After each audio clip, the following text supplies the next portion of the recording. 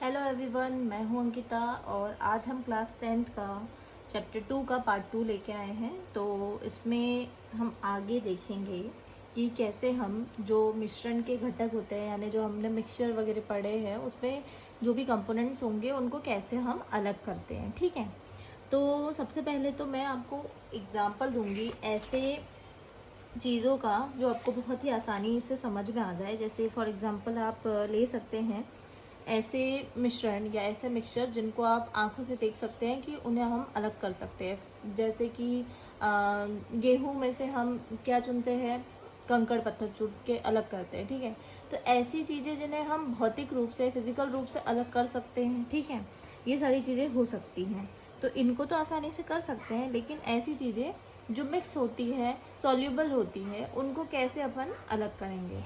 तो जैसे मान लीजिए आपने शक्कर और पानी का मिक्सचर बनाया। ठीक है, तो आप इसको कैसे अलग करेंगे। तो आपको पता होगा कि जैसे ही हम पानी को बॉईल करते तो पानी क्या होता है, उड़ जाता है भाप बन के, और जो शक्कर शक्कर रहेगी वो बच जाएगी एंड में। जो चाशनी हम बोलते हैं वो वही एग्जाम्पल है। ठीक है, तो इसीलिए जो विलायक है उसको विलेय से, यानी जो सॉल्यूट और सॉल्वेंट है उनको अलग करने का प्रोसेस कौन सी होती है, वाष्पीकरण। ठीक है, वेपोराइजेशन के थ्रू हम इन्हें अलग करते हैं। ठीक है, अब एक और आपने देखा होगा कि जो दूध डेयरीज वगैरह होती है ना, डेयरी, वहाँ पे क्रीम बनाते हैं। ठीक है, मक्खन निकालते हैं। तो ये कौन सी प्रोसेस के थ्रू निकालते हैं, सेंट्रीफ्यूजिंग की प्रोसेस के थ्रू। इसमें एक ऐसी मशीन होती है जिसमें क्या होता है कि बीच में अपकेंद्रण होता है, मतलब बीच में ऐसा फोर्स राउंड करती है मशीन और बीच में ऐसा फोर्स लगता है, और जिससे क्या होता है कि जो दूध है उसमें का जो मक्खन मक्खन जो हल्का पदार्थ है वो एक जगह जमा हो जाता है और जो भारी है वो अलग हो जाता है। तो ऐसे ही क्रीम हम उससे निकाल सकते हैं, आसानी से दूध से क्रीम निकाल सकते हैं।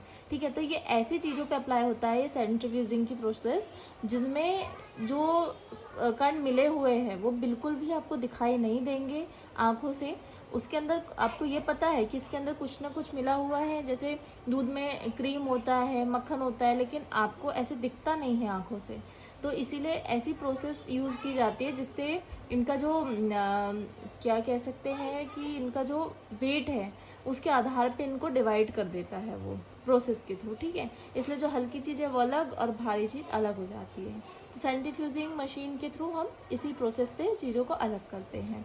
इसमें आपने एक और चीज़ देखी होगी, जब हम वॉशिंग मशीन में कपड़े धोते हैं तो वॉशिंग मशीन के जो कपड़े हैं उनसे निचोड़ के, मतलब जो पानी होता है वो अलग निकल जाता है। ठीक है, और इस प्रोसेस के थ्रू आप जो ब्लड होता है, मतलब उसके अंदर किसी चीज़ की जांच करनी हो या फिर यूरिन की जांच करनी हो, तो यही प्रोसेस के थ्रू जांचें होती है।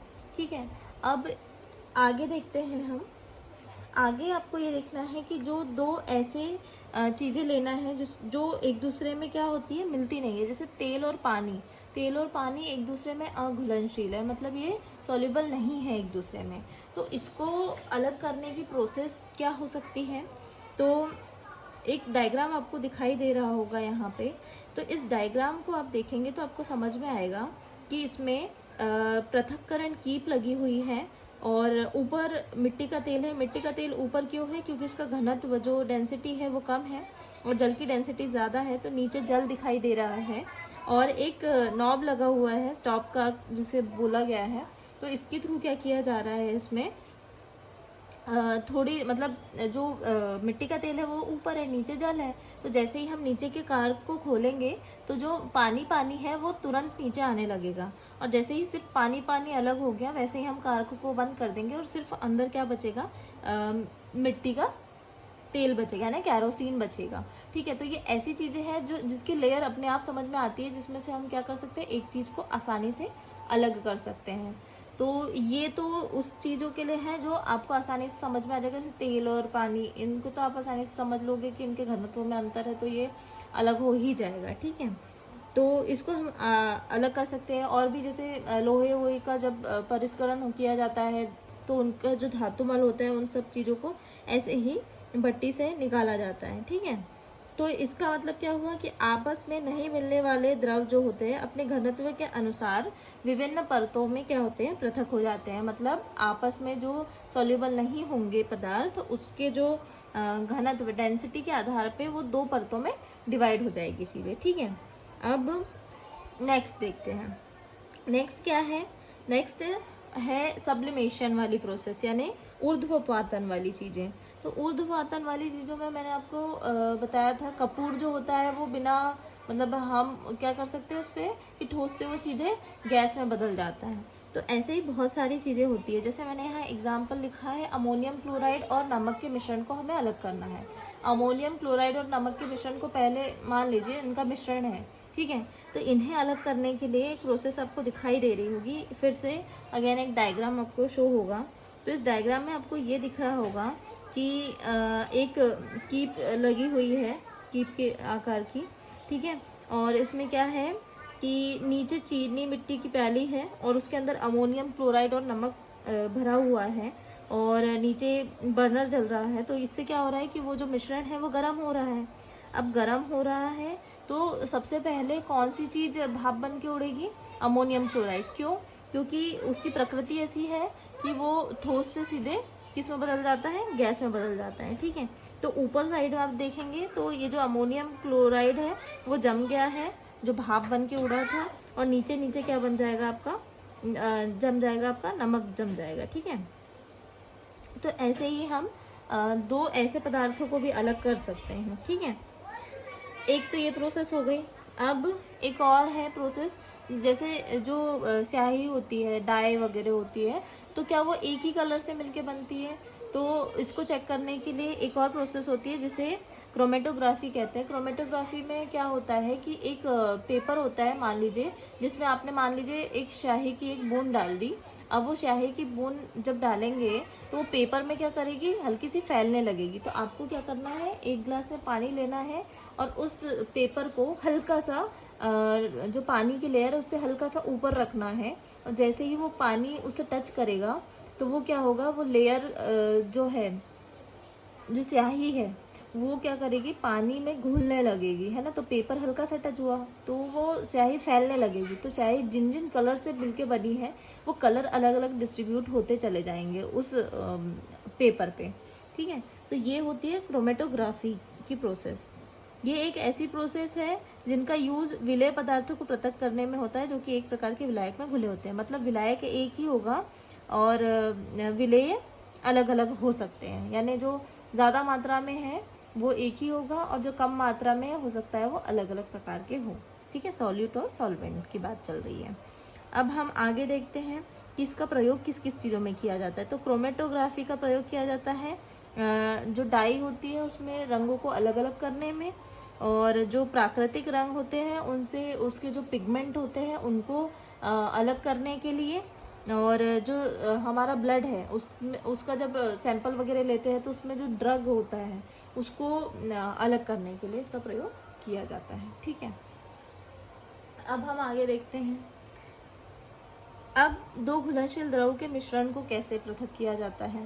घुलनशील किसको, द्रवों को, मतलब दो ऐसे द्रव है जो आपस में पूरी तरह से मिल जाएंगे लेकिन इन्हें हमें अलग करना है। तो अगेन आप डायग्राम देख सकते हैं।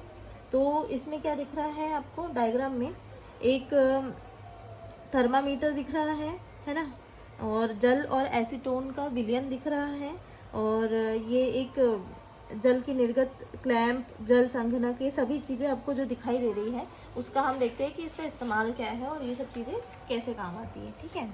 हमें क्या करना है, जो मिक्सचर है उसको धीरे धीरे गर्म करना है और थर्मामीटर को देखते रहना है। फिर उसके बाद क्या होगा, जो एसीटोन है वो धीरे धीरे वाष्पीकृत होते जाएगा, ठीक है, उसका वेपोराइजेशन होते जाएगा, और एक जगह जब वो जम जाएगा तो फिर संघनित होकर बाहर निकल जाएगा, और जो साइड में ये जो बर्तन बना हुआ है उसके अंदर धीरे धीरे ये जमा हो जाएगा, ठीक है। अब इसमें आपको एक चीज पॉइंट आपको नोटिस करने को मिलेगा कि जो जल है वो तो इतनी जल्दी वाष्पीकृत नहीं हुआ लेकिन एसीटोन हो गया, ठीक है। तो इस विधि को हम क्या कहेंगे, आसवन कहेंगे। और इसका उपयोग ऐसे मिश्रण को अलग करने में किया जाता है जो विघटित हुए बिना उबलते हैं और जिसके घटक के क्वथनांक के मध्य अधिक अंतराल होता है। कुल मिला के बात ये है कि इनके जो पानी है और जो एसीटोन है, इनके जो कंपोनेंट्स हैं, उनके जो क्वथनांक है यानी बॉइलिंग पॉइंट जो है इनके, वो बिल्कुल अलग अलग है।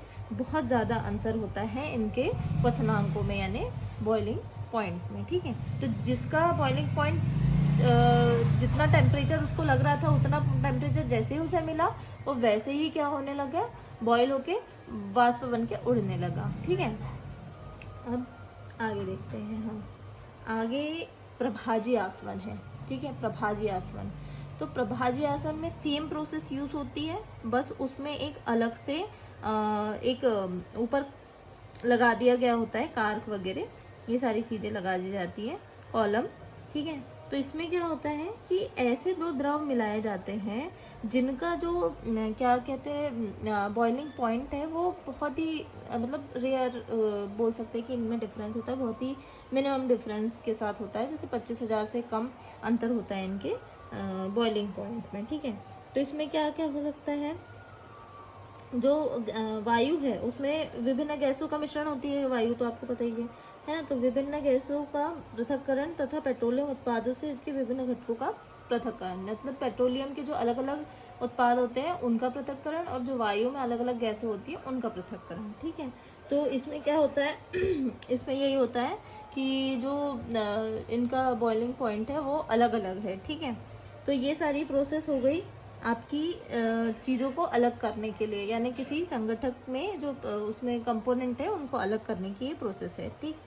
तो एक बार मैं आपको परिभाषा बता देती हूँ कि आसवन क्या होगा, दो घुलनशील द्रवों के लिए जिनके क्वथनांक, मतलब ये प्रोसेस यूज होती है दो घुलनशील ऐसे द्रवों के लिए जिनके क्वथनांकों में बहुत ज़्यादा अंतर होता है।